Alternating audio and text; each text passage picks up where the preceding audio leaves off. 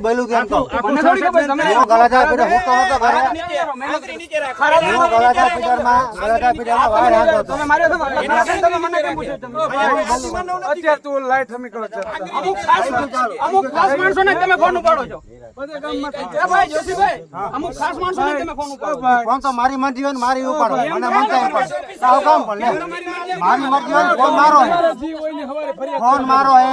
તમારે ફોન કરવો જરૂર હોય ને ફોન તો પેલા કરી દો સીવજી કાર્ડ ન હોય સીવજી કાર્ડ ન હોય તમારી પાસે મારે ચાલો જ રાખો બંધ મારો કોઈ ઉપાડે એવું થોડું હાલે સીવજી કાર્ડ ન હોય તમારી પાસે મારી મરજી હોય ઉપાડો મારી તારી નહીં ગવર્નમેન્ટ ઓફિસર છો તું પ્રેમ ભાઈ કરી ઓ ભાઈ અમે કરશું